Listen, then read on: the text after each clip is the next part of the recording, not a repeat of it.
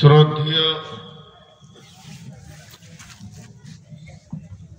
সুযোগ্য অত্র এলাকার কৃতি সন্তান আপামা জনসাধারণের নির্বাচিত আজকে সদরে সভা অর্থাৎ সভার সভাপতি, উপস্থিত আকাশে তারকা সাদৃশ্য উলামা আলেম উলামা বৃন্দ, সামনে আমার দিনদার ইমানদার মুমিন ভাই সকল ও পর্দা থেকে শুননেওয়ালি মোমেনা মা ও বোনেরা, প্রশংসা আল্লাহ, গণগান আল্লাহ, গণকীর্তন আল্লাহ, স্তব স্তুতি ভালোবাসা তকদির হায়াত মত রুজি জান্নাত জাহান্নাম পুলসেরাত সবকিছুর মালিক আল্লাহ। যে মহান মুনিব আহকামুল হাকিমিন আজকে আমাদেরকে বিভিন্ন কর্মব্যস্ততার ভিতর দিয়ে ও এই হাড় কাঁপানো শীতের ভিতর দিয়ে বিভিন্ন এলাকা গোত্র বংশ জাতি ধর্ম বয়স বর্ণ নির্বিশেষে এক হিরসখানা একাডেমি কেন্দ্রিক আয়োজিত মাহফিলে হাজির করেছেন। এর জন্য আমরা সেই মুনিবের দরবারে সকলে শুকরিয়া করি, মহব্বতের সঙ্গে বলি আলহামদুলিল্লাহ। সকলে বলেন আলহামদুলিল্লাহ। দরুদ ও সালাম বর্ষিত হোক আখিরি পয়গম্বর নবিকুল শিরোমণি ইমামুল আম্বিয়া মেহবুবে কিবরিয়া ইমামুল হারামাইন শরীফাইন নবী মক্কি নবী মদানী নবী বাশির নবী নাজির নবী তৌসিন নবী মাসিন আশরাফুল আম্বিয়া সফিউল মুজলবিন রহমাতুল লিল আলামিন নবী মুদাসসির নবী মুজাম্মিল নবী আহমদ নবী মুহাম্মদুর রাসূলুল্লাহ সাল্লাল্লাহু আলাইহি সাল্লামের উপর আল্লাহুম্মা আমিন, আল্লাহুম্মা সাল্লি আলাইহি, আল্লাহুম্মা বারিক আলাইহি। মোহতারাম ভাই আজিজ বুজুর্গ দোস্ত, আমি আপনাদের সামনে একটা গোটা সূরা পড়েছি। সূরাটার নাম সূরা ফাতিহা। আজকে কোরআনের প্রথম সূরাটি পড়লাম এবং আল্লাহর কাছে মদদ চাইছি। সেই মুনিব যদি আমাকে আর তৌফিক দেন তো ইনশাআল্লাহ এইটাকেই আপনাদেরকে কিছু শোনাবো, বলবো, নিয়ত করেছি। আমা তৌফিক ইল্লা বিল্লাহি আলাইহি তাওয়াক্কালতু ওয়া ইলাইহি উনীব। আমি আমার বক্তব্যকে শুরু করার আগে দু তিনটি কথা ছোট ছোট করে বলবো, বেশি লম্বা বলবো না, টুকটুক করে দু তিনটি কথা বলবো। গতকালকে বলেছি আপনাদের নদিয়া জেলায় একবারে আমি নতুন, এক দুবার আসছি, তো স্টেজ 1.5 ফুটের বেশি উঁচু করিয়েন না বক্তাদের বক্তব্য যদি ফুটাতে চান, এবং শ্রোতা বক্তা মুখোমুখি হবে, মিডিলে কোনো ডিভাইডার থাকবে না। দেখবেন মালদা মুর্শিদাবাদের জালসাগুলো। তারপরে দ্বিতীয় নম্বর বলছি, যারা আল্লাহর রাস্তে দাঁড়িয়ে আছেন আপনাদের পা গুলো ধরছি এবার, এতক্ষণ হাতে ধরে হয়নি। মাদ্রাসার শিক্ষকরা বাদে বাকি যেগুলো দাঁড়িয়ে আছেন, শিক্ষকরা কাজে নিয়োজিত আছেন, সেক্রেটারি কাজে নিয়োজিত আছেন, বাকিগুলো যারা আছেন আল্লাহর রাস্তে বসে যান। বারান্দায় যারা দাঁড়িয়ে আছে ওরা বসে যান, সুন্দর করেন। আমার আগের বক্তা কত সুন্দর কথা বললেন, আল্লাহ সুন্দর আর সুন্দরকে ভালোবাসেন, অতএব আপনি কেন অসুন্দর কারণ হবেন। দ্বিতীয় নম্বর, এখানে পরপর 3টে চেয়ার উঠে যাও, পরপর 3টে। এই তুই বাচ্চা ছেলে চেয়ারে কেন রে? এই নিচে বস, এই নিচে বস, এই নিচে বস, বেয়াদব নিচে বস। তো দাদর বয়সে গুলো নিচে বসে আছে আর ওখানে চেয়ারে বসে আছে, সরিয়ে দেন, ওগুলোকে কুটিয়ে দেন। তো এমন ভাবে বসছে যে মুরব্বীর ইয়ে হচ্ছে আর কি। মাশাআল্লাহ, এটা চেয়ার তো দিকে সরিয়ে দাও, এই চেয়ারও দিকে সরিয়ে দাও, বসে যাও বাপ। সকলে একবার মহব্বতের সঙ্গে বলি আলহামদুলিল্লাহ, আর একবার মহব্বতের সঙ্গে বলি আলহামদুলিল্লাহ। আল্লাহ তাবারাক ওয়া তাআলা কোরআন মাজিদের ভিতরে 114টি সূরা দিয়েছেন। 114টি সূরা, 114টি নাম আছে। কোন সূরা 2টি নাম আছে, সূরা ইসরা, সূরা বানী ইসরাইল, সূরা মুলক, সূরা তাবারাকাল্লাজি। কোন সূরার দুটি নাম, কোন সূরার একটি নাম, কিন্তু সূরা ফাতিহার 14টা নাম। আরেকবার বলছি, কোরআন শরীফের, কোরআন মাজিদের ভিতরে 114টি সূরা আছে। 114টি সূরার ভিতরে মা বোন আপনাদের দৃষ্টি আকর্ষণ করছি, আপনারা মহব্বতের সঙ্গে শুনবেন। আমি আমার কথা বলিনি, আল্লাহর কালাম পাকের কথা বলছি। তো 114টি সূরার 114টি নাম আছে, কোন সূরার দুটি নাম আছে, আর সূরা ফাতিহার 14টা নাম আছে।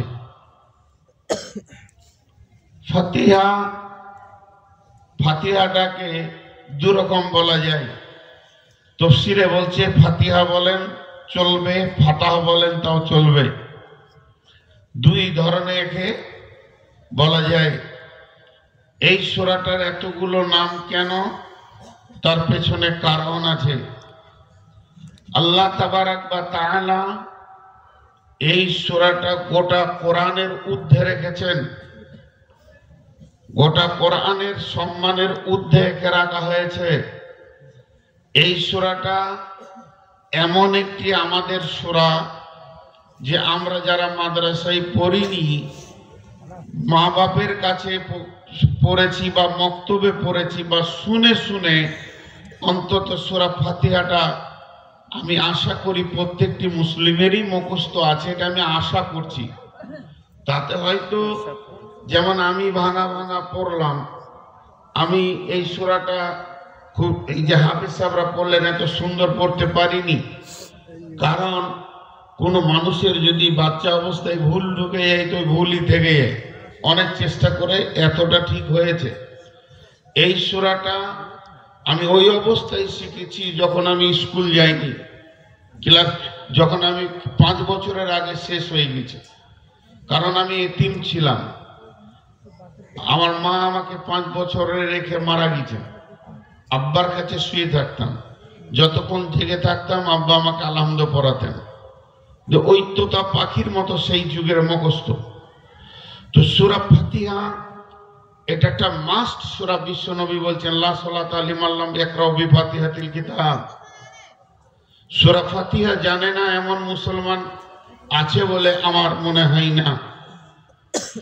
তো এখন যে কথাটা আপনাদের সামনে বলছি, সূরা ফাতিহা, ফাতা যাই বলেন, উম্মুল কোরআন, সূরাতুদ দুআ, সূরাতুল কাহফ, সাবআ মাসানি, সূরাতুল সিফা, এরই নাম সূরাতুত তাফসীর, এরই নাম হচ্ছে সূরাতুস সাফি। মানে যাই হোক 14টা নাম আছে, আসছে না চটচট করে, হয়তো বা ভুলে গেছি, ধরতে পারেন। তো এই কোরআনের এই সূরাটার এতগুলো নাম কেন? প্রত্যেকটি নামের পেছনে একটা করে কারণ আছে। যেমন আপনাদেরকে একটা উদাহরণ দিই, আমার কিয়ামতের উপর একটা বায়ান আছে 2 ঘন্টার। আমি বায়ানের প্রচার করতে আসিনি, মাফ করবেন, ওই রকম মিজাজিনে দুনিয়া করি না। কিন্তু কিয়ামতের ব্যাপারে যে বায়ানটা আছে, তো আল্লাহ কিয়ামতকে কত রকম ভাবে বলেছেন, কত রকম ভাবে বলেছেন। একজন রেগে গেলে আর একজনকে বলে দেখে নিব, বুঝে নিব, পেলে বুঝবি, সেই দিন বুঝবি, তোকে বুঝাবো, হিসাব একদিন হবে, প্রশ্ন একদিন হবে, উত্তর দিতে হবে, যেদিন তোকে পাবো বুঝে নিব, সেই ঘুরিয়ে টাকাটারই কথা বলছে। তো আল্লাহ তাবারক ওয়া তাআলা কিয়ামতকে কিয়ামত বলেছেন, কিয়ামতকে মাহশার বলেছেন, কিয়ামতকে ইয়াউম বলেছেন, ইয়াউমুদ্দিন বলেছেন, ইয়াউমুল আজিম বলেছেন, ইয়াউমুল হিসাব বলেছেন, ইয়াউমুল ফাসাল বলেছেন, কারিয়া বলেছেন, সাআলা বলেছেন, গাসিয়া বলেছেন, হাক্কা বলেছেন। আল্লাহ তাবারক ওয়া তাআলা কিয়ামত কি বিভিন্ন রকম ভাবে মানুষকে বোঝানোর চেষ্টা করেছেন এবং বুঝিয়েছেনও। চেষ্টা করেছেন নয়, বুঝিয়েছেনও, কিন্তু মানুষ বুঝতে চায়নি, কারণ এরা নিতে চায়নি। প্রত্যেকটার পেছনে ঘুরিয়ে ফিরে ওই একটাই, কিয়ামতের দিন। ছোট্ট একটা উদাহরণ দিলে বুঝতে পারবেন।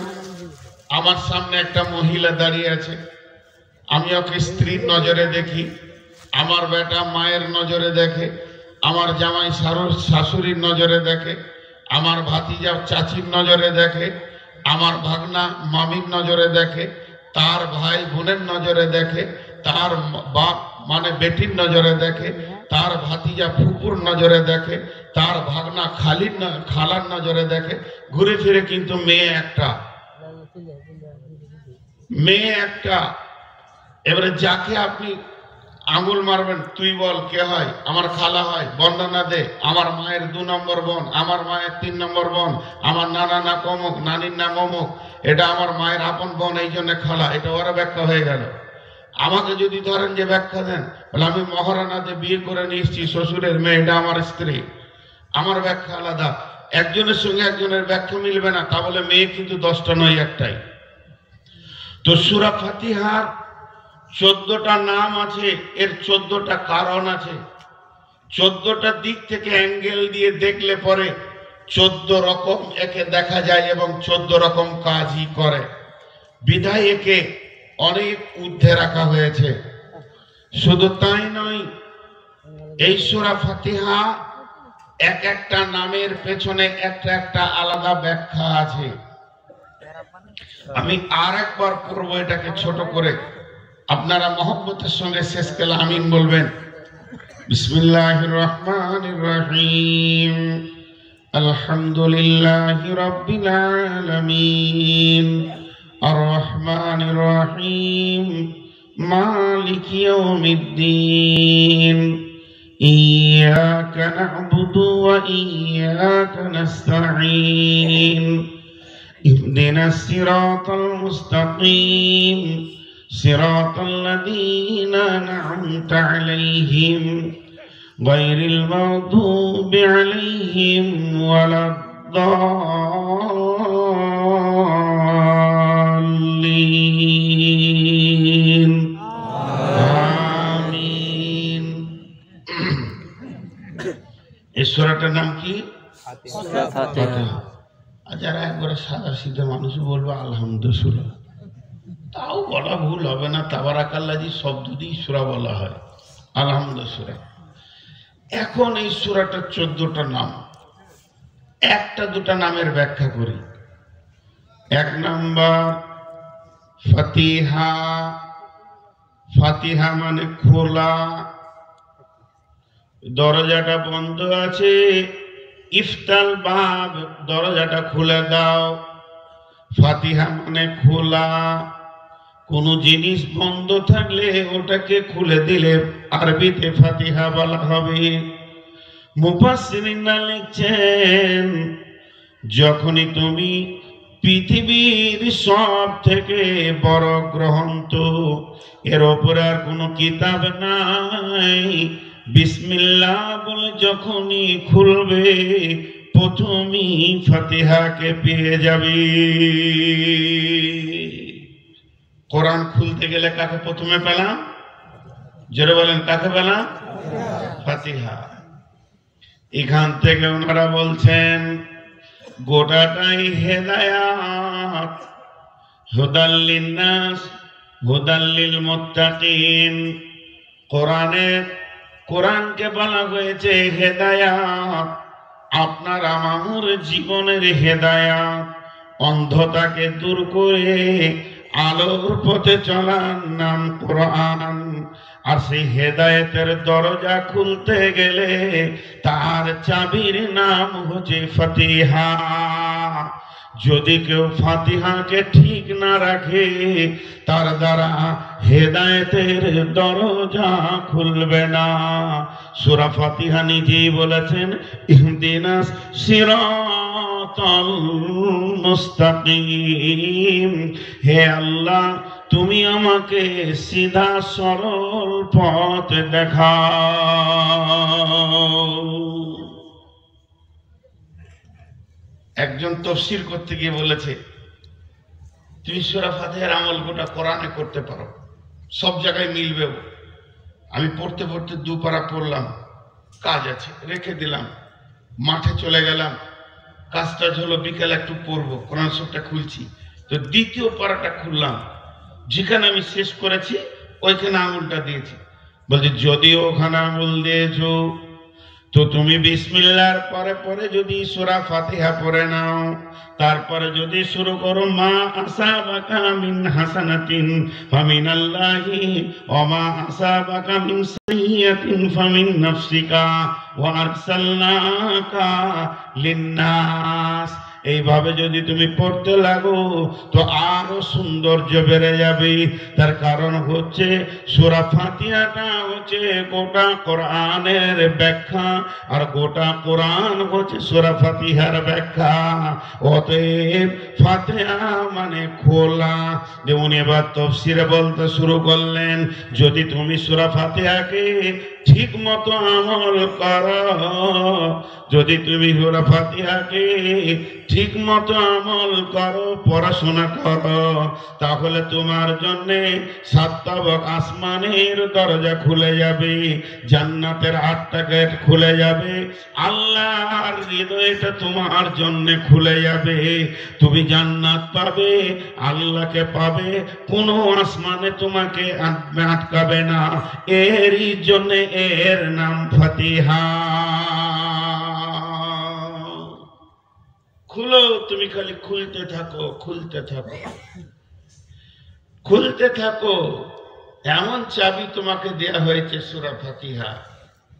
জি, এই ফাতিহা আর একটা নাম যদি ফাতাহ লেন, মুফাসসিররা বলছেন যদি তুমি ওটা ফাতাহ শব্দ লাও তার মানে দাঁড়াবে বিজয়ী। বিজয়ী, বিজয়ী মানে আপনার সঙ্গে আমার লড়াই চলছে, আপনারা বর্ডারে বাস করছেন, মানে মুর্শিদাবাদ নদিয়া লড়াই চলছে, বিজয়ী পতাকা তুল্যকে মুর্শিদাবাদ, বিজয়ী পতাকা তুল্যকে না নদিয়া, তো বিজয়ী। ফাতাহ মানে বিজয়ী। যদি ফাতাহ মানে নাও তাহলে প্রথমে তুমি আল্লাহকে বিজয়ী করবে, আল্লাহর দিলকে জয় করবে, আল্লাহর মহব্বত জয় করবে, আল্লাহর রেজামন্দি জয় করবে, আল্লাহর রহমতকে জয় করবে। এরপরে 7 তবক আসমানকে ভেদ করে, সিদরাতুল মুনতাহা ভেদ করে, আরশের নিচে, আরশের ছাদের নিচে রয়েছে জান্নাতুল ফেরদাউস। সমস্ত জান্নাতকে তুমি বিজয়ী করবে, তোমার জন্য আর জান্নাতের টেনশন থাকবে না।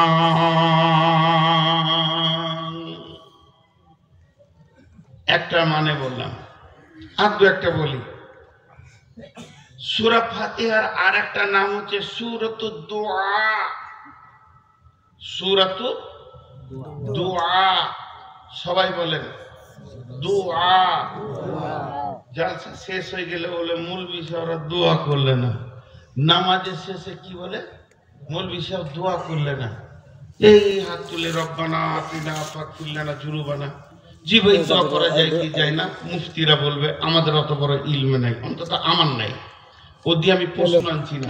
কিন্তু পৃথিবীর সব থেকে বড় দোয়া কি? ফাতিহা। জি, এটা জিনিস আপনাদেরকে শোনাই। দীর্ঘদিন ধরে জিহাদ আর টেনশন ছিল সাহাবীদের ভিতরে। যখন মক্কা মদিনা আমান ঘোষণা হয়ে গেল, মা বোন বেটি কান করে শুনেন, যখন মক্কা আর মদিনা বাহাদাল বালাদিল আমিন এই শব্দ এসে গেল, এই শহরে নিরাপত্তা পৌঁছে গেছে, আর ঝগড়া নাই, ঝামেলা নাই, টেনশন নাই, শত্রু নাই, বিপদ নাই, খালি একটাই টেনশন আছে, বারান্দায় কিছু লোক দাঁড়িয়ে আছে। এই টেনশনটা আমার কাটছে না, যে ওরা কেন দাঁড়িয়ে আছে, আমার কাছে পয়সা পাবে না আমাকে মার্ডার করবে, আল্লাহ যে নাম, তারপরে তোকে দেখছি। এরা বসছে না কেন? এদের কি বসার ক্যাপাসিটি শেষ? আল্লাহ মাহবুব এদেরকে হেদায়েত দান করে। ভাই হাতে পায়ে ধরছি, বসে যান, ইসলাম করতে দেন। আপনি কেন অসুন্দরের জায়গায়? জি, কথা বুঝছেন না আপনি? বুঝেন না আমার বাংলা কথা? কত চামড়া সাইজ মোটা আছে গো, দেখিস রে বা। এই তোরা হাঁটাহাঁটি করবি না। এরপরে যেটা বলছি দোয়া, দোয়া।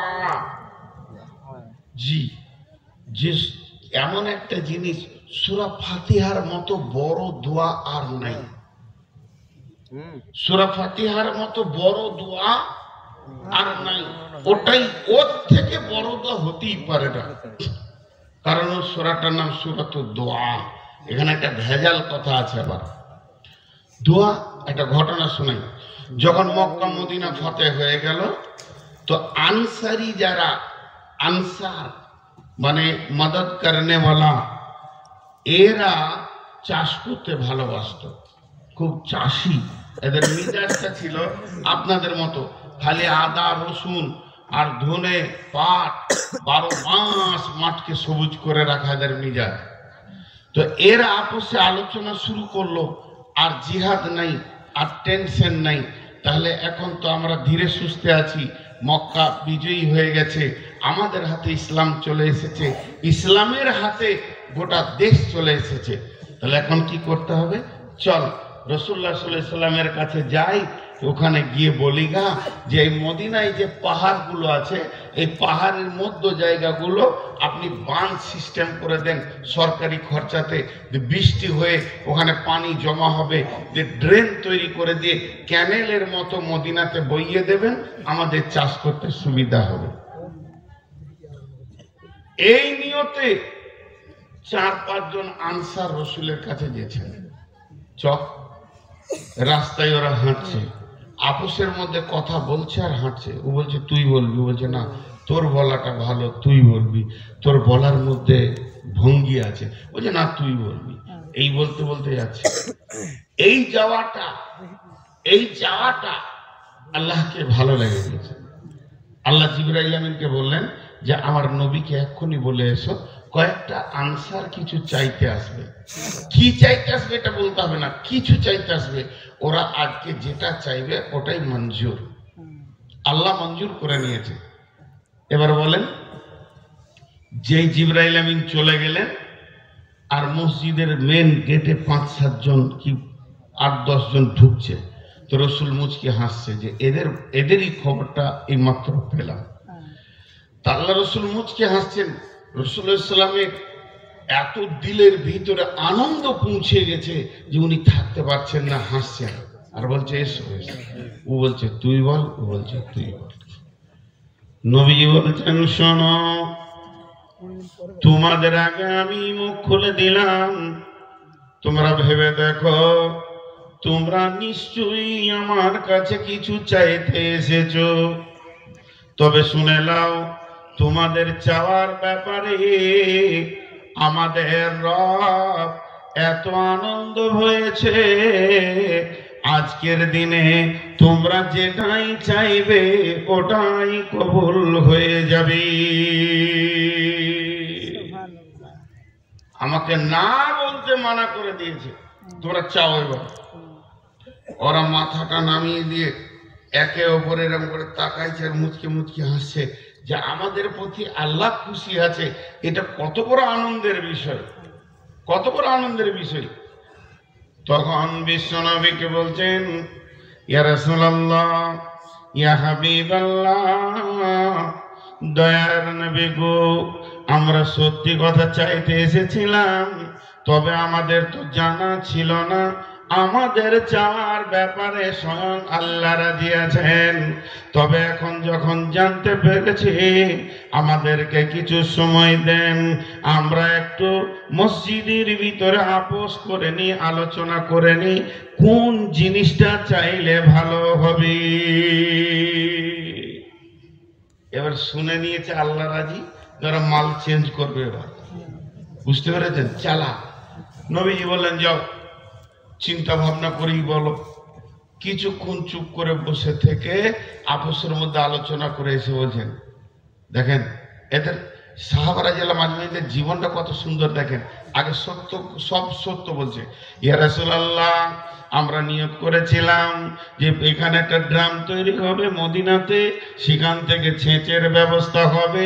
আর যখন শুনলাম আল্লাহ রাজি হয়ে গেছে, তখন আর এই নদী আর ড্রাম পৃথিবীর কিছু প্রয়োজন নাই। আপনি দোয়া করে দেন ওই ড্রেনটা যেন আল্লাহ আমাদেরকে জান্নাতে বইয়ে দেন। মানে ব্যাকে জান্নাত চাইছে। নবীজি বললেন যাও, মঞ্জুর হয়ে গেছে। চলে গেলেন ওরা খুশি হয়ে, মঞ্জুর হয়ে গেছে, খুশি হয়ে চলে গেলেন। তার মানে একটা জিনিস হচ্ছে, যদিও ভিখারি আমরা, তবুও চাইতে জানি না। চাওয়ারও ভঙ্গি আলাদা হতে হবে, চাওয়ারও কোয়ালিটি আলাদা হতে হবে, কিভাবে চাইতে হবে এটাও জানা দরকার আছে। তো সব থেকে বড় দোয়া হলো হেদায়েত। আমরা যদি এখন আল্লাহর কাছে কিছু চাই, হাজি ভাই, 100টা চাইলে একটা দিবে, একটা চাইলে একটা দিবে, 20টা চাইলে একটা দিবে, 10টা চাইলে একটা দিবে। কি নেবেন? কি নেবেন? হেদায়েত। কি নেব? হেদায়েত। আর ওইটাই সূরা ফাতিহাতে আছে, ইহদিনাস সিরাতাল মুস্তাকিম। যে হেদায়েত পেল সে সব কিছু পেয়ে গেল। যে হেদায়েত পেল সে পৃথিবীর সমস্ত জিনিসকে লুটে নিল, আখিরাতের সমস্তকে লুটে নিল, কবরের যত ভালো সম্পদ আছে সব জিনিসকে লুটে নিল। আর যে দুনিয়াতে টাকা পেল, পয়সা পেল, জমি পেল, জায়গা পেল, পুকুর পেল, বাগান পেল, বিবি পেল, ছেলে পেল, মেয়ে পেল, আর নাতি নাতনিতে ঘর ভরে গেল, সোনা দানা টাকা পয়সাতে ভর্তি হয়ে গেল, কিন্তু হেদায়াত পেল না। ওর থেকে কুকুর শুকর অনেক অনেক ভালো। আল্লাহ বলেছেন উলাইকা কাল আনাম বাল হুম আযাল। তোরা চতুষ্পদ প্রাণী থেকেও নিকৃষ্ট।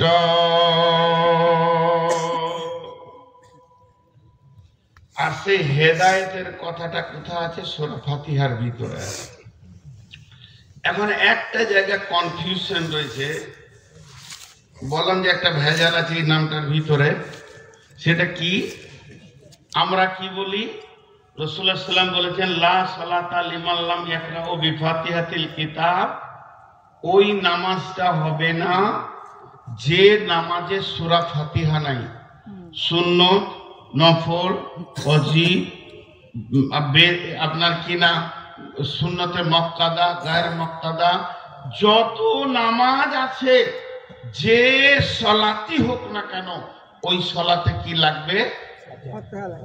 যারা বলেন কি লাগবে? সূরা ফাতিহা। যদি কেউ সূরা ফাতিহা না পড়ে ওর নামাজ হবে না।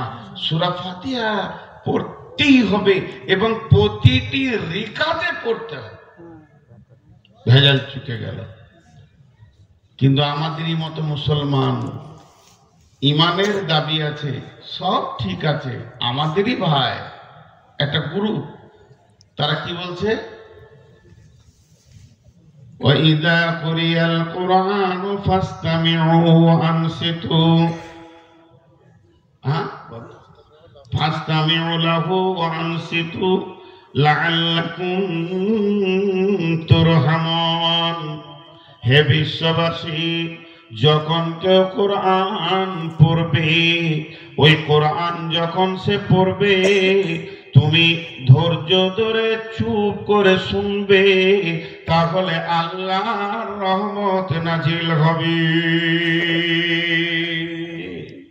এটা কোরআন। খুব ধৈর্য ধরে বোঝা, এখানটা একটু চেষ্টা করেন, আমি কতটা দিতে পারবো জানি না। তাহলে হাদিস আর কোরআন, একটা হলো রসুলের হাদিস আর একটা কোরআন। প্রাধান্য কাকে দেবেন? কোরআন কি দিব? কোরআন আমাদের আগে থাকবে। তাহলে কোরআনকে মেনে আমরা চুপ থাকবো। ইমাম যখন সূরা ফাতিহা পড়বে তখন আমরা পড়বো না, আমরা চুপচাপ শুনবো। এখন আমার একটা প্রশ্ন, প্রশ্নটা হচ্ছে আমি জানতে চাইছি, আমার জ্ঞান কম, বুদ্ধি কম, এই জন্য জানতে চাইছি। আল্লাহ তাবারাক ওয়া তাআলা গোটা কোরআনটা ওয়াকফ করেছেন বিশ্ব নবীর উপরে এবং বলেছেন ওয়া ইন্নাকা লাআলা খুলকিন আযীম। এই গোটা কোরআনটা হলো বিশ্ব নবীর চরিত্র।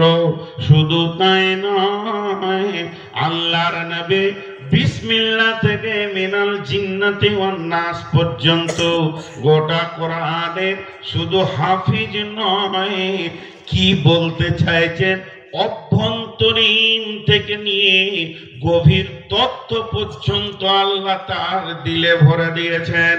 তাহলে ওই যে আয়াতটা ওয়া ইযা কুরিয়া আলাইহিমুল কুরআন ওয়া আনসিতু, যে লাআল্লাকুম তুরহামুন, তোমরা চুপ করে শোনো যাতে করে তোমাদের উপরে রহমত নাজিল হবে। একবার নয়, 1000 বার আল্লাহর কসম দিয়ে বলবো, এই আয়াতটা বিশ্বনবী পড়েছেন, এই আয়াতটা বিশ্বনবী ব্যাখ্যা জানেন, এই আয়াতটাকে আল্লাহর নবী মুখস্থ ছিল, এই আয়াতটা কেন আল্লাহ বলেছেন সেটাও আমার নবী জানতেন। এতটা জানার পরেও নবীজির মুখে বার হচ্ছে কি লা সালাতা লিমান লাম ইয়াকরাউ বিফাতিহাতিল কিতাব, তোমার নামাজ হবে না যতক্ষণ না তুমি সূরা ফাতিহা না পড়বে। শুনে নিলে হবে না, পড়ার কথা বলা হয়েছে। লিমান লাম ইয়াকরাউ আও আও আসমাও, শুনলেও হবে, যদি বলে দিতেন পড়লে হবে, পড়তে হবে আর শুনলেও হবে, তাহলে বলা যেত যে হ্যাঁ সূরা ফাতিহাটা শুনে নাও। কিন্তু আকরাও, যতক্ষণ না তুমি পড়বে, লা সালাত, লা সালাত বলা হয়েছে, নামাজ হবে না। তাহলে আল্লাহ নবী এই আয়াতটাকে কি মানেন নাই? নাউজুবিল্লাহ, নাউজুবিল্লাহ, নাউজুবিল্লাহ, নাউজুবিল্লাহ, সুম্মা নাউজুবিল্লাহ মেনেছেন। এবার আসেন, আপনারা আমার সঙ্গে একটু ধ্যান দিয়ে শুনবেন। আমি যেটা ধরে আছি এটা কি? সবাই বলেন এটা কি? এটা কি? এটা তো চুল। এটা কি? এটা কি? কে বললে এটা চুল নয়? এই জায়গায় থাকলে চুল, এখানে আসলে দাড়ি, জিনিসটা এক।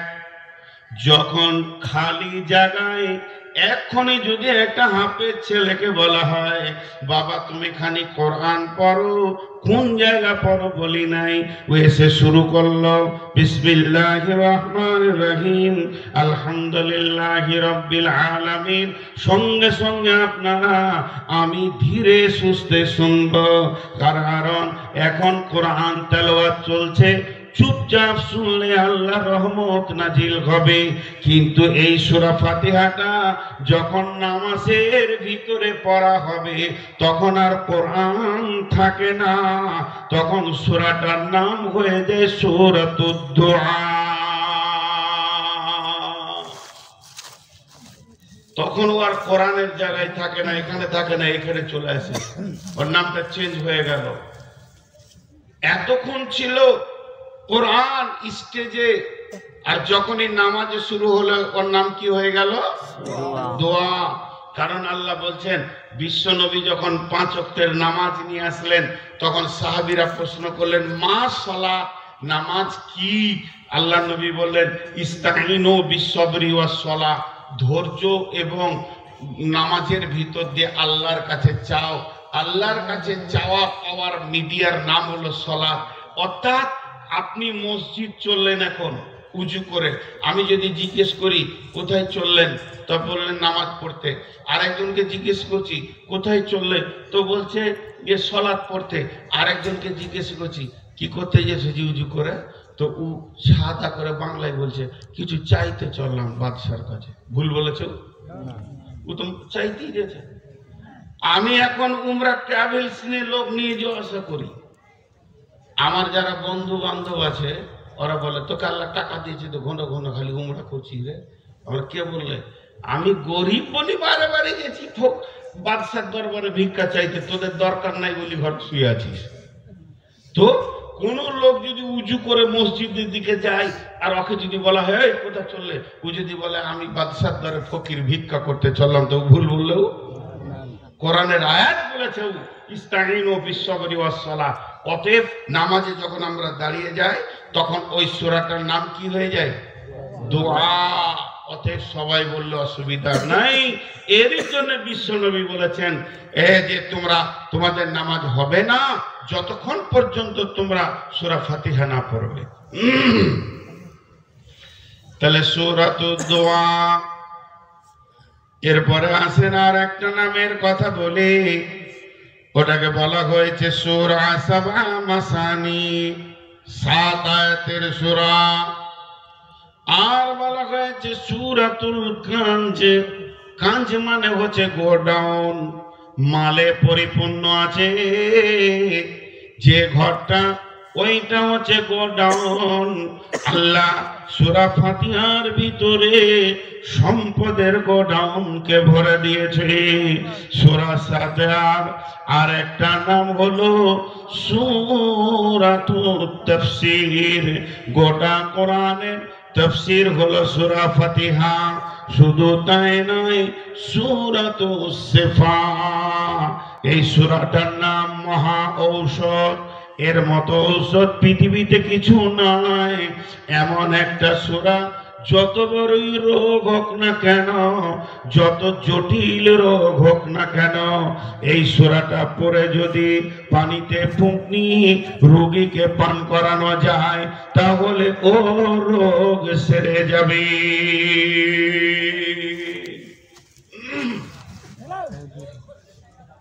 আপনি এখন বলবেন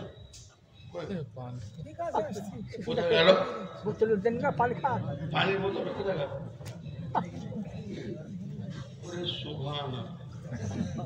ওদের গেল কি করে? কঠিন জায়গায় এসেছে। আমি সুগারের রোগী, জীব জড়িয়ে গেছে, মাঝে মাঝে পানি ছাড়া চলতে পারো না। ছোট বোতল দিলে তো হয়, এটা যা বেরেল দিয়ে দুটো লিভার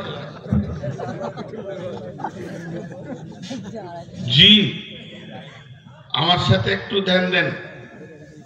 শেফা, যদি আপনার আমার ঈমান থাকে 100-তে 100, আপনার আমার ঈমান যদি থাকে 100-তে 100, ঈমান যদি থাকে 100-তে 100, তা আল্লাহর কসম দিয়ে বলা যেতে পারে জটিল থেকে জটিল রোগ চলে যাবে। এটা কত বড় শেফা বন্ধুরে, সূরাতুস শিফা। আপনি আমি বললেন আমার ছেলেটা অসুস্থ, মেয়েটা অসুস্থ, একটু পানি পরে দেন। বিসমিল্লাহির রহমানির রহিম বিড়বিড় বিড়বিড় করে ইমাম সাহেব পড়ে ফুঁক মেরে দেয়। আপনি ভাবছেন না জানি কি দোয়া পড়ে, এটা কোনো দোয়া নয়। আপনিও পরে ফুঁক দিলে কাজ হয়ে যাবে। এটা হলো সূরাতুল ফাতিহা। এই সূরাটার নাম সূরাতুস শিফা। কোন মেয়েকে, কোন যুবককে জিনে বিরক্ত করছে, ওই মেয়েটি এখন সুস্থ আছে, জিনটা এখন নাই, ওকে মেয়েটিকে বসিয়ে দেন। আর বসিয়ে দেওয়ার পর সূরা ফাতিহাটা পড়ে বিসমিল্লাহ বলে ওর মাথাটা আপনি নিয়ত করেন, কে বিরক্ত করছিস তুই যেখানেই আছিস সেখানে এসে যা, এইটা নিয়ত করে যখনই ফুঁক মেরে দেবেন, ও যদি পৃথিবীর শেষ প্রান্ত চলে যায়, আটলান্টিক মহাসাগরের মধ্যখানেও থাকে, সঙ্গে সঙ্গে রোগীর কাছে এসে হাজিরি দেবে। এর নাম সূরা ফাতিহা।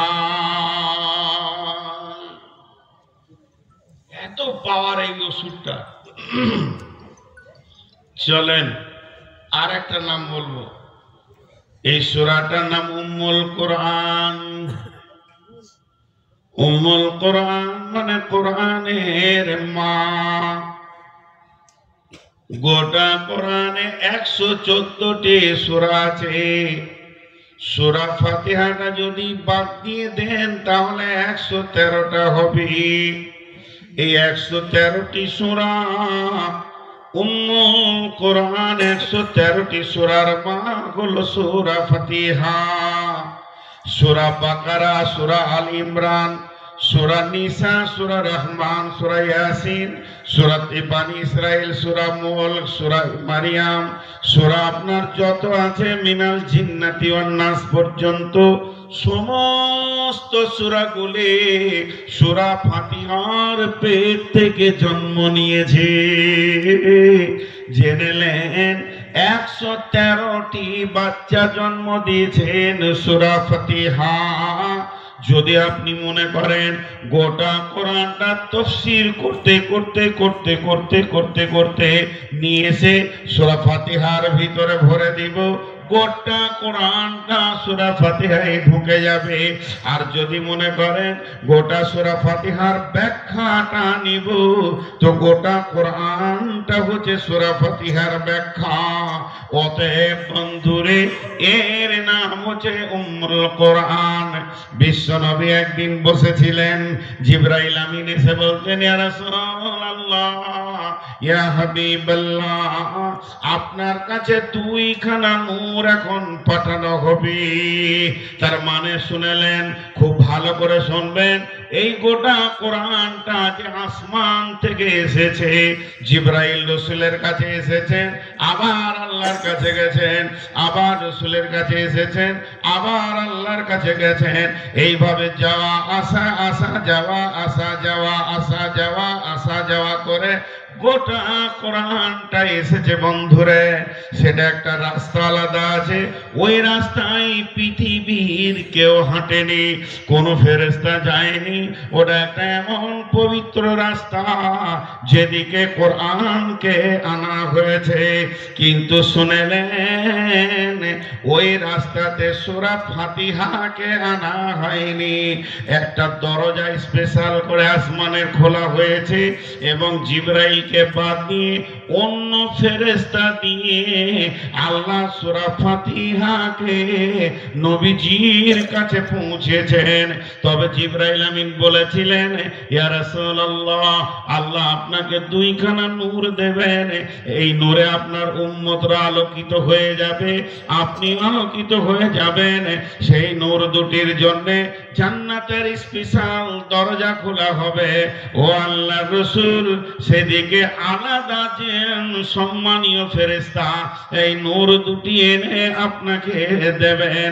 সেই নূর দুটিকে একটা হলো সূরা ফাতিহা, আর একটা হলো সূরা বাকারার শেষ 3টি আয়াত। সূরা ফাতিহার কত সম্মান, এর জন্য আলাদা দরজা খোলা হলো, এর জন্য আলাদা রাস্তা, আলাদা ফেরেশতা। হাজী ভাই, আপনারা একটা বিচার করেন যে এইখানে যদি 20টা মেয়ে দাঁড়িয়ে থাকে, 21টা মেয়ে, একবার উত্তরটা দিবেন। টোটাল 21টা মহিলা দাঁড়িয়ে আছে, তার মধ্যে একটা বৃদ্ধা, একদম 95-98 বয়স। ওকে জিজ্ঞাসা করছেন, আপনার নাম কি? বলছে, আমার নাম মারিয়াম বেগম। তো এই দিকে 20টা মেয়ে দাঁড়িয়ে আছে, এগুলো কে? বলছে, আমার বেটি। এদের জিজ্ঞাসা করা হলো, এরা আলাদা আলাদা নাম বললো, এদেরকে বলা হচ্ছে ওই বৃদ্ধা মেয়েটা কে? তো বলছে, আমাদের মা। আপনাদের এই কথাটা বুঝতে অসুবিধা হলো যে 20টা মেয়ে এই একটার পেটে হয়েছে? অসুবিধা হয়েছে বুঝতে? তাহলে এই 20 জনের দাম বেশি না একজনের দাম বেশি? একজনের সম্মান বেশি। তাই এরা আলাদা ও আলাদা। আলাদা কি আলাদা নয়? জোরে বলেন, এরা আলাদা, উনি আলাদা। কিন্তু মহিলা যদি বলা হয় একটা ছেলেকে যে ওই ধারে মেয়ে কটা আছে দেখতো রে, কজনের খাবার দিতে হবে, তখন কটা হবে? 21টা। আর যখন সম্পর্ক ধরা হবে তখন কটা হবে? 20টা, একটা। কথাটা বুঝাতে পারলাম তো? কোরআনে যদি সূরা সম্পর্কে ধরা হয়, কোরআনে 113টি সূরা না 114টি সূরা। সূরা ধরলে বলতে হবে 114টি সূরা। তার কারণ সকলেই মহিলা। কিন্তু যদি সম্পর্ক বলা হয়, কোরআনে পারা কত? বলা হবে 30 পারা। প্রথম পারার নাম কি? আলিফ লাম মিম পারা। তবে কেন সূরা ফাতিহাটা পারার বাইরে করে দেয়া হলো? ওর এতটাই সম্মান বেটিদের সঙ্গে রাখা হলো না, মাকে আলাদা করে দেওয়া হয়েছে। না হলে প্রথম পারাটার নাম হতো আলহামদুলিল্লাহি পারা। কিন্তু বন্ধু, সূরা ফাতিহাটা আল্লাহ এত দামি বানিয়েছেন, গোটা কোরআনের মা। মেয়েদের কাছে মায়ের যেমন সম্মান, গোটা কোরআনের কাছে সূরা ফাতিহার ওই রকম সম্মান।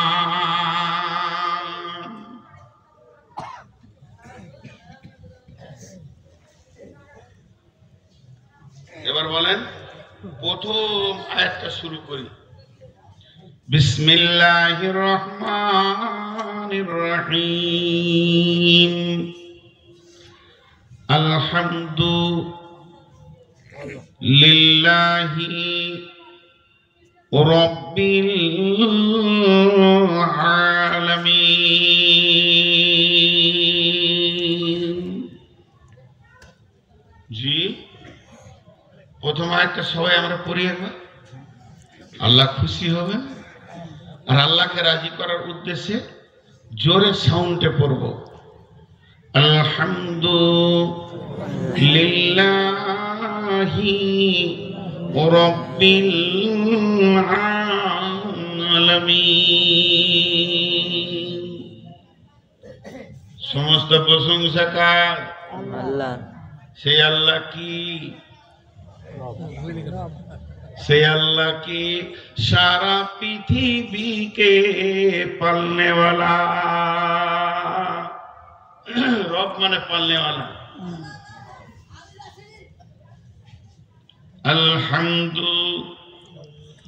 আলহামদুলিল্লাহি। সমস্ত প্রশংসা সম্মান, যত রকম গর্ব, যত রকম যত রকম অহংকার, সব কিছু সমষ্টি যিনি একচ্ছত্র মালিকানার প্রশংসা রাখে, তিনি হলেন আল্লাহ। লিল্লাহি, আলহামদুলিল্লাহি, সেটা আল্লাহর জন্য হবে, অন্য কারোর জন্য হবে না। প্রশংসা তো আল্লাহর, আর কারো প্রশংসা নাই। এত সম্মানীয় কেউ নাই। সেই আল্লাহ কেমন? সেই আল্লাহ কি করেন? সেই আল্লাহ এত প্রশংসা কেন নেবে? আল্লাহ প্রথম আয়াতেই বলছেন রব্বিল আলামিন। তিনি হলেন পৃথিবীকে পালনে वाला।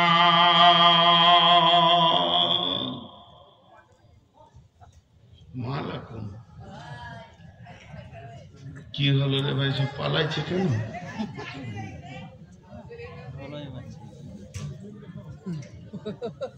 ওরা যে পর্দা নাড়ালে আছে না, ওরা ভাবছে যে আমরা দেশের বাইরে আছি। সমস্ত প্রশংসা কার? আল্লাহ। তিনি কি করেন? সারা পৃথিবীকে পালনে वाला। জি, সারা পৃথিবীকে তিনি পালনে वाला।